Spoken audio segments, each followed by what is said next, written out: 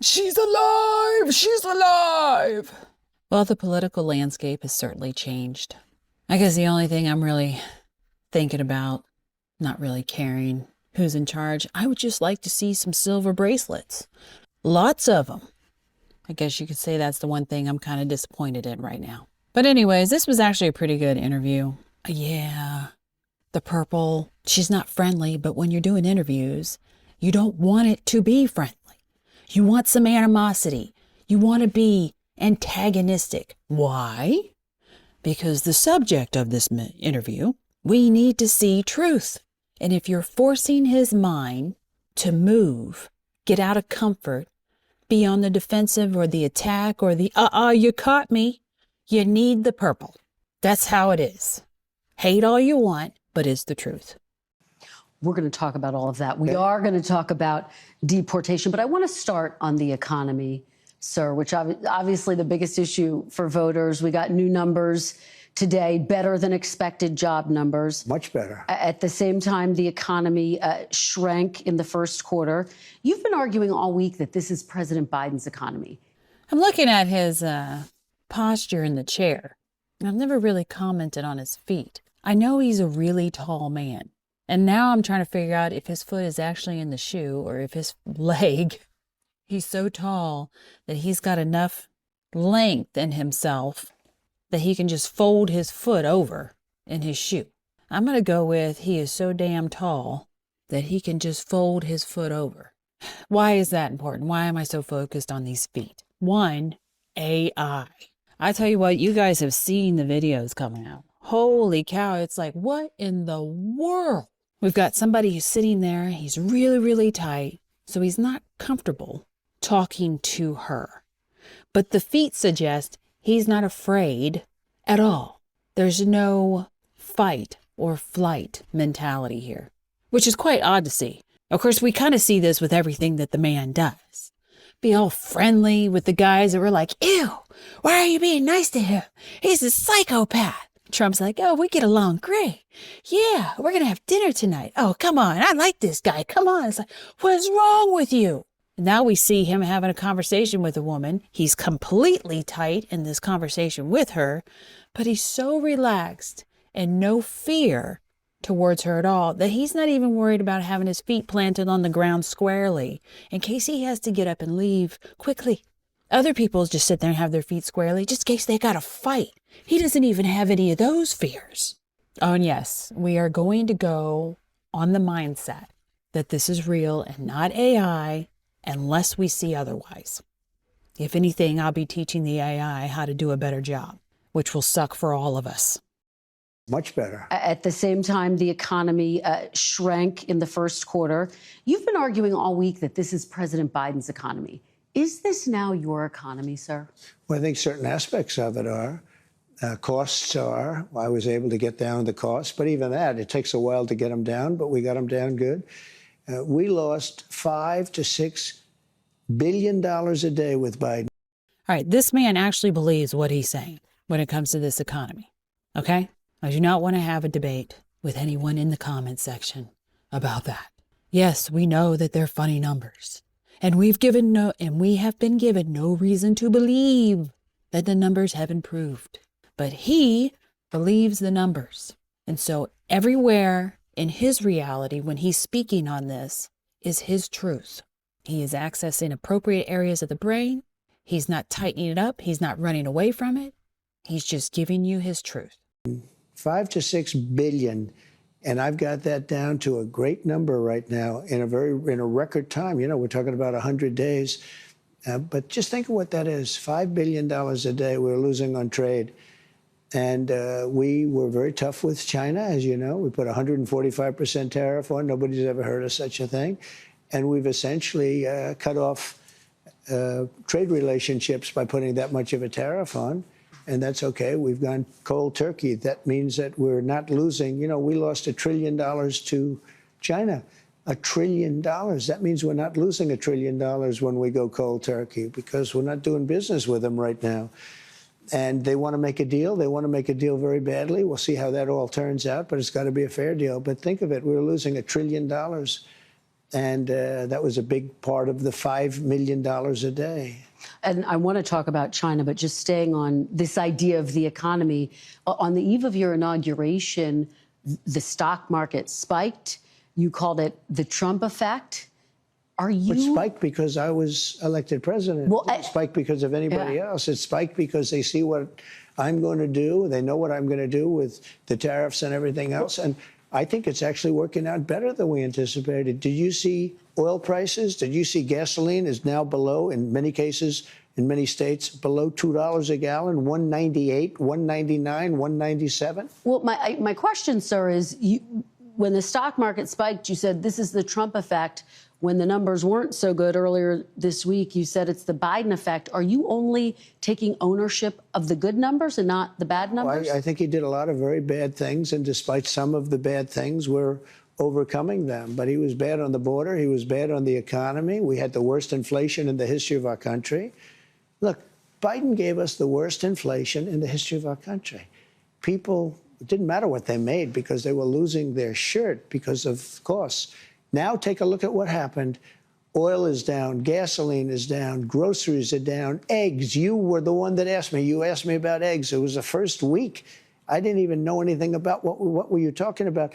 Egg prices were so high you couldn't buy eggs. They didn't have any eggs. And they said Easter is going to be a disaster. Well, we had Easter at the White House, and we had thousands of eggs, and they were down 87%. Yeah, a lot of that, of course, spike was because of bird flu. But when does it become the Trump economy? Why do you say that? Well, tell me, we had the same bird flu as he had. When does it become the Trump economy? It partially is right now, and I really mean this. I think the good parts are the Trump economy, and the bad parts are the Biden economy, because he's done a terrible job. He did a terrible job on everything, from his auto pen, which I'm sure he knew nothing about some of the things he was supposedly signing, to immigration. You look at what happened with immigration, how bad it was. Think of it.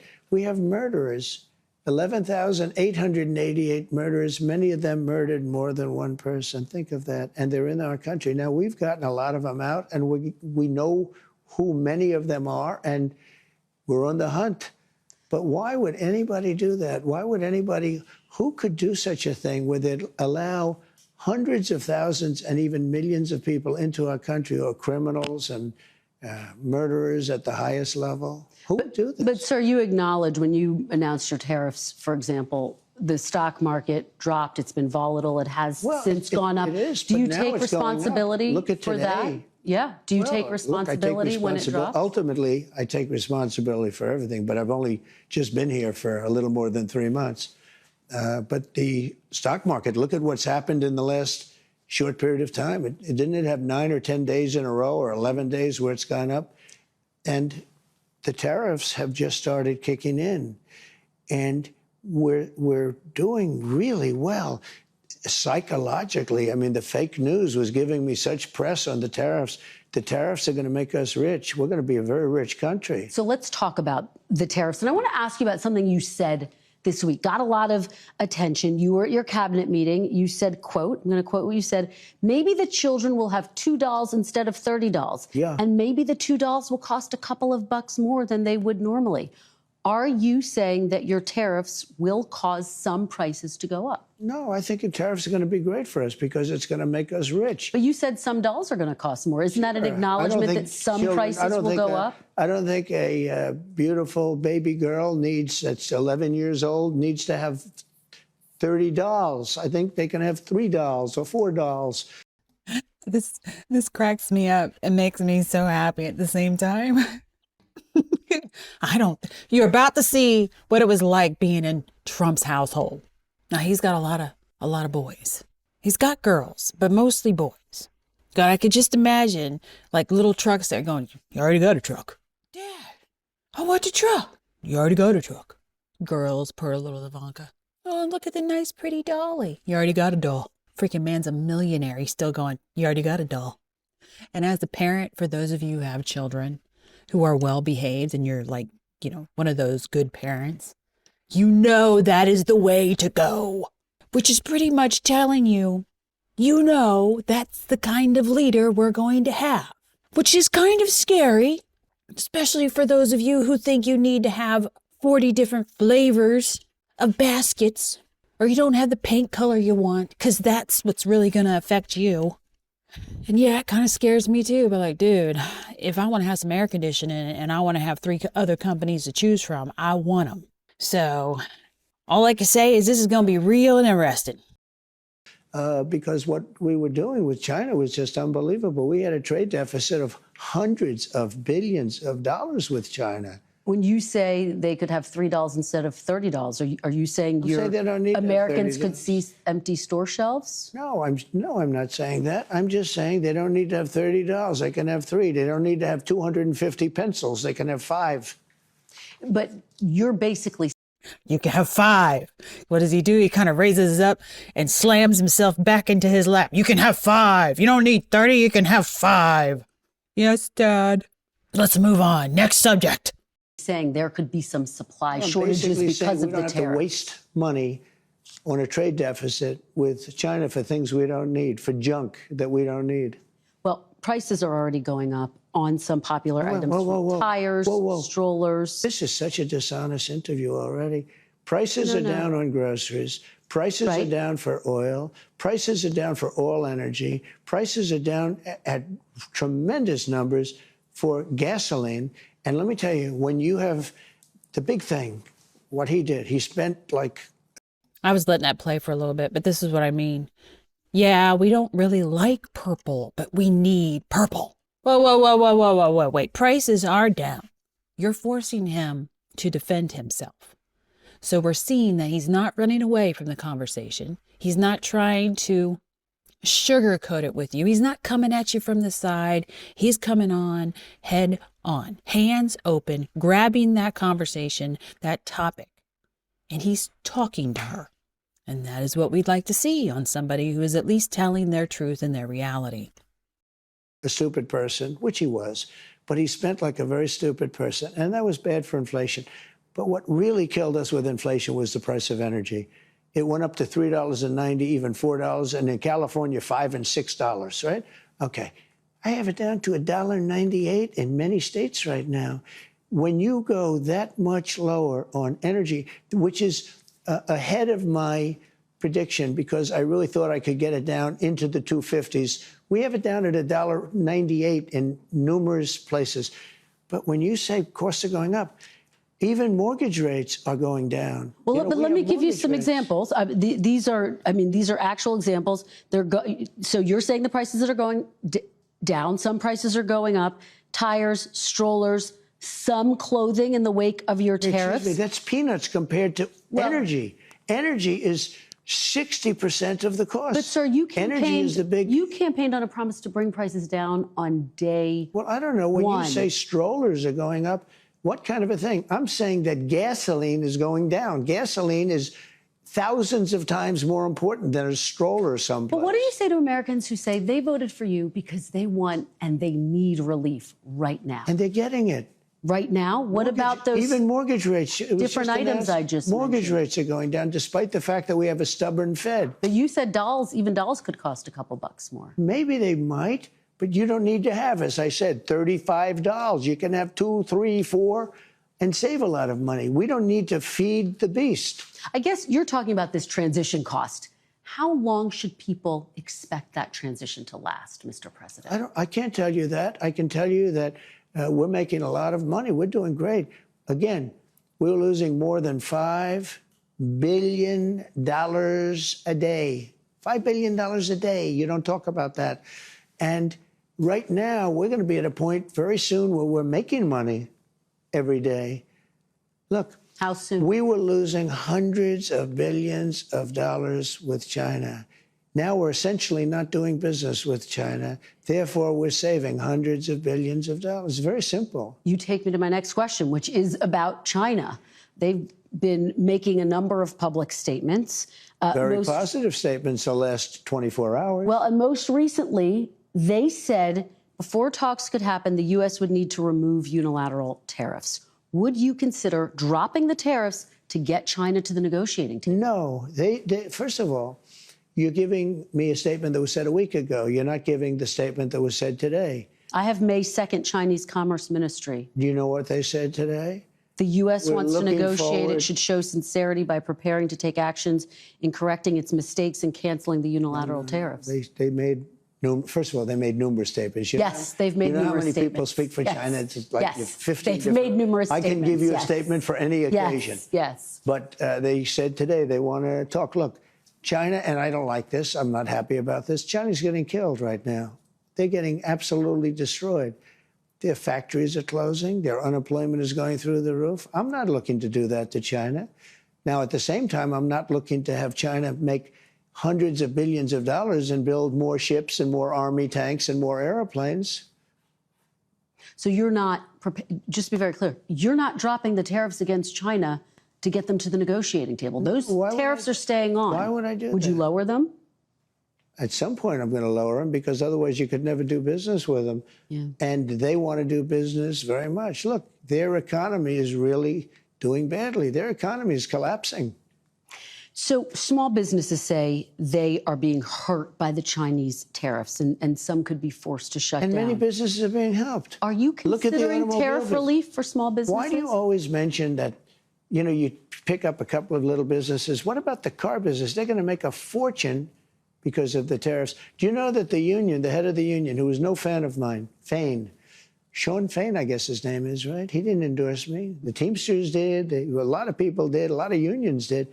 But he didn't. He couldn't stand me. Now he's saying, wow, what Trump's done for the automobile, I can't believe it. I assume he's going to probably now say, the next thing he can say is, I endorse this guy. He's the greatest I've ever seen. He can't believe it's happened. He said, we've been waiting 40 years for somebody to do what Trump is doing. So why don't you mention the big car industry instead of mentioning somebody that's doing strollers? Well, I'm just asking you about small businesses. Are there any discussions about giving any relief to small businesses? They're not going to need it. Okay. They're going to make so much money. Are these tariffs? If you build your product here. Remember, there are no tariffs if you build your product here. It's very easy. It's very simple. Are these tariffs permanent, Mr. President? Depends on what you're talking. Are these tariffs permanent? And I thought that was actually probably one of the most important things. He hasn't actually made up his mind yet. She says that when you see them face on, so you get to actually see his response in the body immediately as she's speaking, and his lips come out, because the brain is like, I haven't actually completely decided that yet. That is like the truth. He's not decided that yet. And I guess in any real businessman's mind, like, do you want to sit there and charge these fees right now? Well, I need them now. Maybe I stop the fees later when we don't need them as much. Basically, he's just waiting for more information. Now is what's needed. Later, we don't know. Let me ask you about this call to Amazon founder Jeff Bezos this week in response to a report that Amazon was going to display tariff costs next to product prices. Are you going to punish CEOs who increase their prices because of tariffs? See, he did it again. Them lips. I haven't quite decided that yet. It's the brain thinking. It doesn't necessarily mean he hasn't quite decided on everything every time you see that. It could be, should I say yes or no? It's the brain engaging on a strategic answer. I think what is a great misnomer is. And of course, the longer you see that face on him as he's thinking this out, the more he's weighing it, the more complex the answer. The word tariff, in many cases, it's not, to me, I don't view it as a tax. I view it as an incentive for people to come into the United States and build plants, factories, offices, a lot of things. I think it's an incentive, but the thing that's not known is if you look back and see, oftentimes, like China or Vietnam or other countries, not just China, because China's an abuser, but there are other abusers. Many of them are friends, the so-called, I say friend and foe, and friend is oftentimes worse than foe. But what people don't understand is, and this is a lot, the country eats the tariff. The company eats the tariff. and it's not passed along at all. Well, some CEOs are saying they're going to have to pass it on. So how do you deal with those CEOs? But the company, how do you deal with those CEOs? China is eating the tariffs right now. What do you say to those CEOs who are saying we might have to pass this on to the consumer? Well, they say that because maybe it's to their advantage to say it. Will you punish them? No, because you know what? I want them to build plants in the United States. That way they don't have any tariffs. See, tariffs will, and not only will, look at what's happened. In 2 months, we're close to $9 trillion of investment. We've never been anywhere near that. What did you say to Jeff Bezos? He's just a very nice guy. We have a relationship. I asked him about it. He said, well, I don't want to do that. And he took it off immediately. So he changed course. He's just a very nice guy. You see that little head bob there and it comes around. He's a very managed guy. And will you take that same tactic with other CEOs if you I'll feel always like call people if I disagree with them. If I think that somebody's doing something that's incorrect, wrong, or maybe hurtful to the country, I'll call, absolutely. Wouldn't you want me to call? Biden wouldn't call because he didn't know what was happening, but I do. Takes me to my next question. Today's strong jobs report likely means, not clear, but likely means the Fed is less likely to lower interest rates. Well, he should lower them, and at some point he will. He'd rather not because he's not a fan of mine. He just doesn't like me because I think he's a total stiff. And, it's just one of those things. He should lower them. And I wish the people that are... He's actually quite guarded on this whole answer. He's looking around. He should lower them. But the parts of him looking around and the way his body is moving with it, it does look like there's going to be some strong arming on his part. Not quite sure how this is going to play out, but that's what it looks like is what is coming. On that board would get him to lower because we are at a perfect time. It's already late, but he should lower interest rates. Do you rule out removing Fed Chair Jerome Powell? I'm not, I get to change him very quickly anyway. It's in a very short period of time. In 2026. That little shake of the head and the negative, and you see the shoulders in the negative. It doesn't necessarily mean negative. It's like it's being shrugged off. It doesn't matter. It's a misnomer. Whatever adjective you want to put there, his mind is not giving that a bunch of weight. Are you ever going to get rid of him? And you can look at it as why he doesn't give it much weight is, it doesn't really matter. He'll be gone. Or it doesn't really matter. He's going to do what I want. Or it doesn't really matter. Other things are happening. So we don't know why, but he doesn't put much weight into that being an option. You're not going to remove, you don't have plans to remove him before 2026 No, when his time's up? That was a total, why would I do that? I get to replace the person in another short period of time. Okay. This week, you reshuffled your national security team. Yeah. You moved National Security Advisor Mike Waltz to UN ambassador. Just to remind our viewers, Waltz, of course, started that unsecure text chain where sensitive information was shared. Mr. President, was that move a punishment? No, I just think he'll do a nice job in the new position. Now, this is where it gets interesting. She starts talking about this NSA guy, and he gets even tighter. The shoulders are now drawn in and semi-up. It's like, okay. I don't know why. He's been tight the whole time, but now it's like a vice grip around his shoulders and bringing it in. So this is where the tightness starts, and then it just stays. And this is where I say things like, that's where the dirt is. Go sniff it out. Marco's doing an outstanding job. No, Marco's very busy doing other things, so he's not going to keep it long term. We're going to put somebody else in. But I think Mike, as you know, he's a fine guy, and I think he'll do a very good job. Knows the countries, knows leadership, and I think he'll do a very good job at the United Nations. And in the meantime, Marco's really doing something special, and it's going to work out very well. We're hearing some potential names. Stephen Miller's name, one of your longtime, most loyal aides. His name has been talked about as a potential national security advisor. Is he someone you're looking at? Well, I'd love to have Stephen there, but that would be a downgrade. Stephen is much higher in the totem pole than that, in my opinion. Can you tell us who the front runner is right now? I have a lot of people that want it. I will tell you, I have everybody calling. Everybody wants to be a part of this administration. So at some point, we'll, probably do that. There's a theory. Henry Kissinger did both. There's a theory that you don't need two people, but I think I have some really great people that could do a good job. So Secretary Rubio could continue to have both jobs He indefinitely? could, yeah, he could. But I think he even would like to probably see, because it is a little bit different. But in the meantime, he'll handle it. And I think Mike, if that goes forward, you know, that he still has to get approved.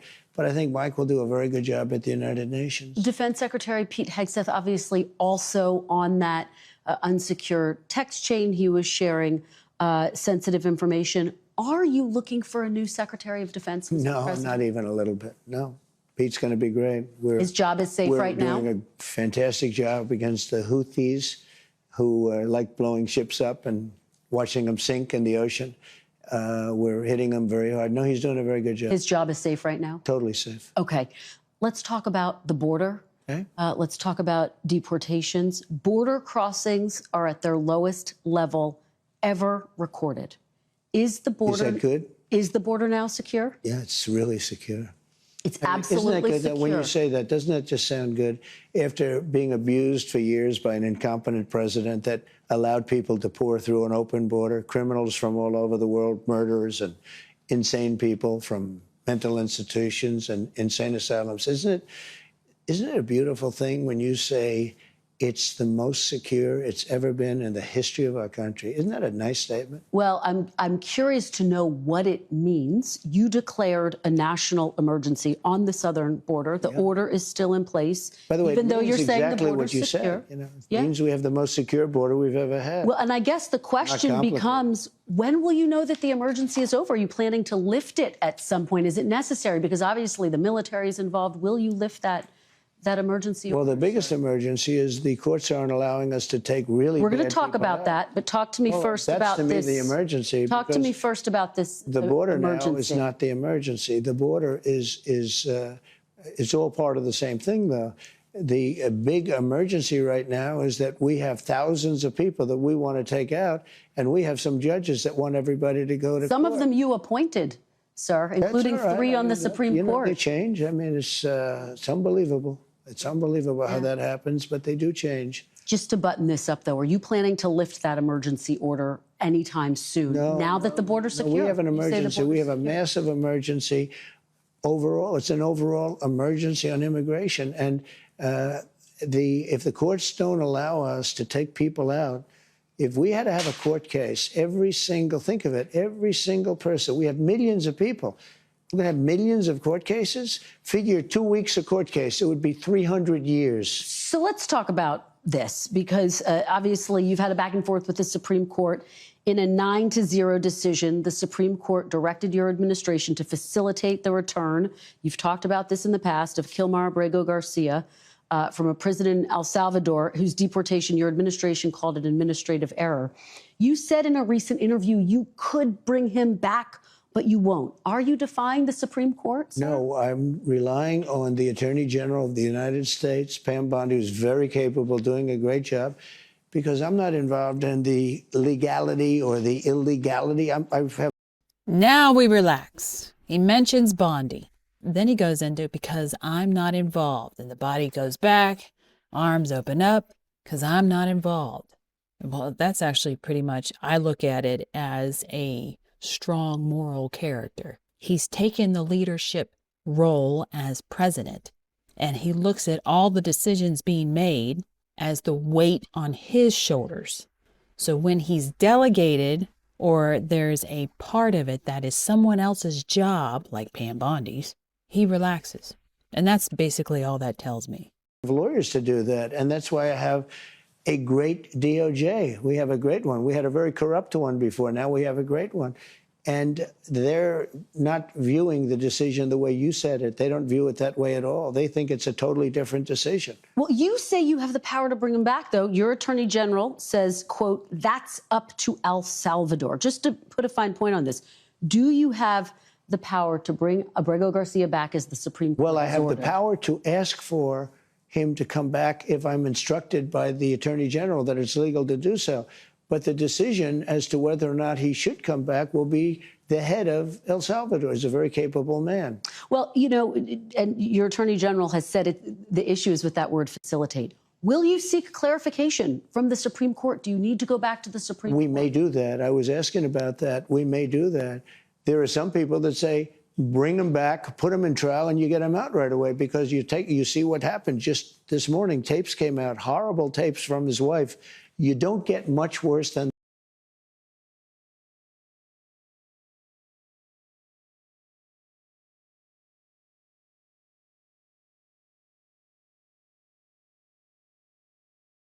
and John Sauer, as you know, and all top people.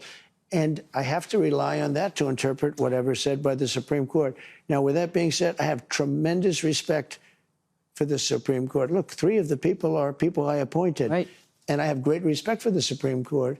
And I would expect that the Attorney General will be doing the right thing. Your Secretary of State says everyone who's here, citizens and non-citizens, deserve due process. Do you agree, Mr. President? I don't know. I'm not a lawyer. I don't know. that shit. I don't know. That is sarcasm. Look how he does this. Your Secretary of State says everyone who's here, citizens and non-citizens, deserve due process. Do you agree, Mr. President? I don't know. I'm not a lawyer. The believe me look comes in really large. He looks away. Avoidance. He looks at her. He closes his eyes. Avoidance.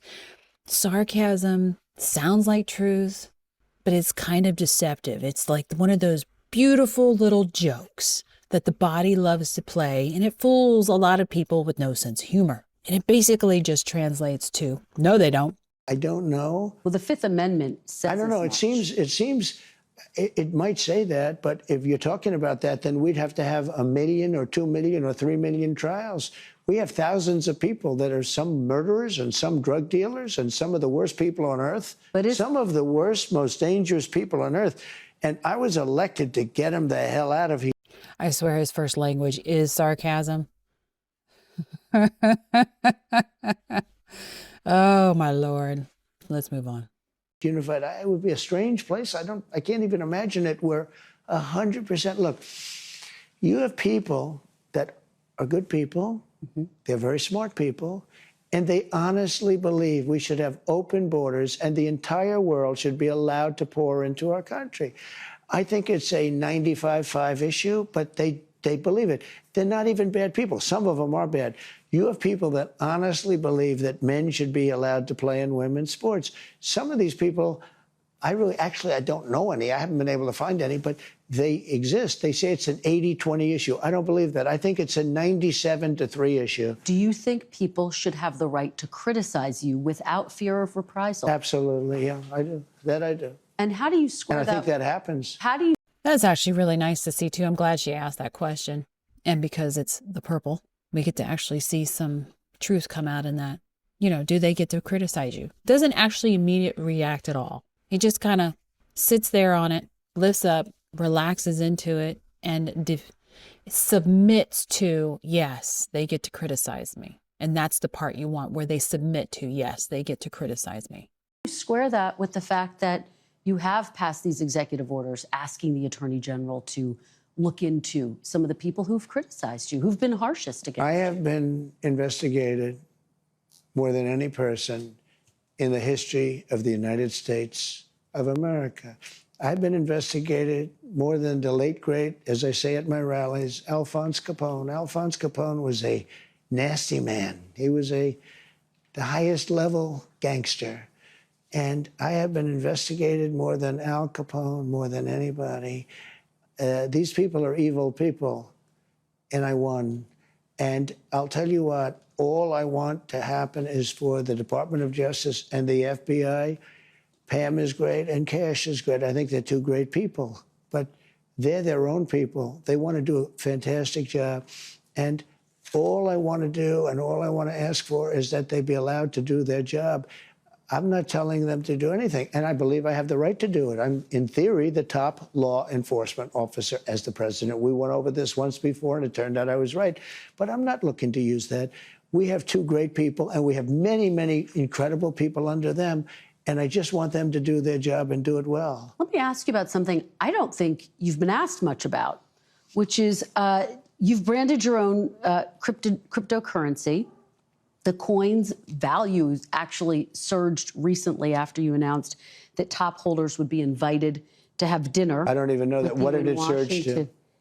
What did it surge to? Yeah, what's it worth? You might as well tell me, because I have no idea. Well, it surged. It surged. I will find it. Hold on one second. 5.2 or 58%. So 58%. To what number? That's not bad. 14.32. What? Billion? No, dollars per cryptocurrency. $billion? No. What's the number? I mean, what is the amount? The meme coin's value hit a peak of 75.35 on January 19th. Yeah, but that doesn't mean anything. And that's before your inauguration, and then it surged. Look, I'm in favor of crypto.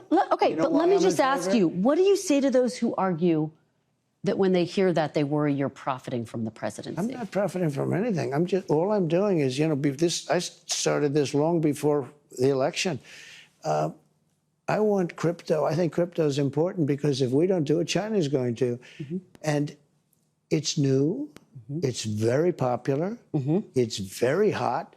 If you look at the market, when the market went down, that stayed much stronger than other aspects of the market. But I want crypto because a lot of people, millions of people want it. I don't know if you know that Biden went after it. I will only say this, is that this whole thing about his crypto, he's playing dumb. And that's the only part I'll talk about as far as his personal crypto. But what I was more interested in is how he views crypto in general. And so now he's talking about it's gone up. When everything else was going down, it was doing well. And he's giving you his truth. It is the equivalent of him talking about, let's just say, some random stock. That's all it is. It's business to him. The crypto is business to him. It is not an enemy. It is not a pet. It is business. And so when you're talking about a guy who has a business mentality to look at it that way, it tells me, oh, okay, so this is an asset that from the person that's going to lead the charge these next 4 years of what's going to happen to this asset, it's not in danger. It's just a good business asset, which usually bodes well. Okay. But I've done something that surprisingly, they say nobody else has done, no other president has done. And it's a substantial salary. It's like $500,000 a year or $550,000 a year, 4 years, a couple of $1 million. I gave it to the government last time. I never got a story saying I gave it. Nobody cared if I gave it. I guarantee if I didn't give it, there'd be a big story. But no other president, they say, with the possible exception of George Washington, and they haven't been able to find those records. And we've had wealthy presidents before, but no other president has contributed the salary. And they told me before this that you will probably be asking me whether or not I'm going to contribute my salary again, but you haven't asked that. Are you going to? Yes. You are? Okay. Yes, I am. Okay. Well, I appreciate we just made news there. Let's talk about foreign policy, sir. Okay. You just signed a minerals deal with Ukraine. It's a sign, it seems, that the United States is investing. I like this part. Not in the sense of what we're talking about, but how they have this camera focused. And what do we see? She asked the question. We get to see his response in live time. And he is not positive on this whole minerals deal. It's like, ooh, well, this is news. Why are we not positive? In Ukraine's future. The Secretary of State told me this is a very critical week. Are you any closer to reaching a peace agreement between Ukraine and Russia? I hope so. How would you characterize I do believe it? we're closer with one party and maybe not as close with the other, but we'll have to see. I'd like to not say which one we're closer to, but we did do a deal for the American people that was good. We were able to get rare earth. Okay, so he shrugs that off. We were able to do a deal, and then he kind of shrugs it off. Maybe look at it a little closer.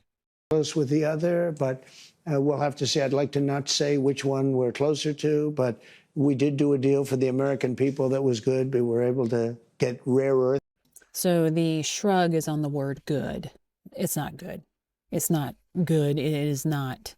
It's not good.